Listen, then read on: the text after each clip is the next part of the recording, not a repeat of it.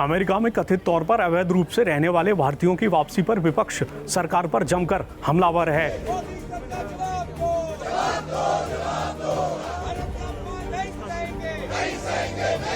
विपक्ष का आरोप है कि इन भारतीयों को वापस भेजे जाने के दौरान अमानवीय व्यवहार किया गया।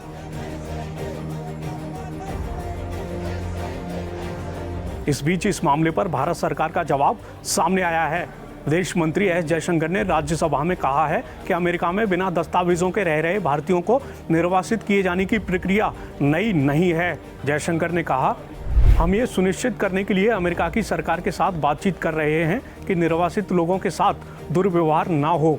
उन्होंने कहा कि सभी देशों का दायित्व है कि अगर उनके नागरिक विदेश में अवैध रूप से रह रहे पाए जाते हैं तो वे अपने नागरिकों को वापस लें। ये नीति केवल एक देश पर लागू नहीं है। निर्वासन की प्रक्रिया कोई नई नहीं है, ये कई सालों से है।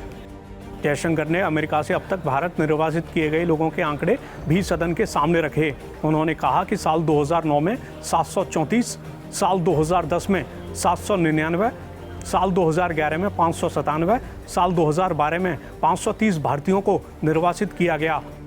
उन्होंने इस संबंध में 2024 तक के आंकड़े साझा किए। उन्होंने कहा, हमारा ध्यान अवैध प्रवासन उद्योग के खिलाफ मजबूत कार्रवाई पर होना चाहिए। इस मुद्दे पर संसद के दोनों सदनों में विपक्ष ने जमकर हंगामा किया है। अमेरिकी सेना का एक विमान बुधवार को अमेरिका में कथित तौर पर बिना दस्तावेजों के रह रहे भारतीयों को लेकर अमृतसर हवाई अड्डे पर उतरा था। डोनाल्ड ट्रंप के दूसरी बार सत्ता संभालने के बाद से ये अमेरिका में रह रहे भारतीयों का पहला निर्वासन है। अमेरिका के राष्ट्रपति डोनाल्ड ट्रंप के साथ व्यापक बातचीत के लिए प्रधानमंत्री नरेंद्र मोदी की आगामी वॉशिंगटन यात्रा से कुछ दिन पहले ही ये कार्रवाई हुई है। निर्वासित लोगों में से 30 पंजाब से, 33 हरियाणा और गुजरात से, 3 महाराष्ट्र और उत्तर प्रदेश से और 2 चंडीगढ़ से हैं।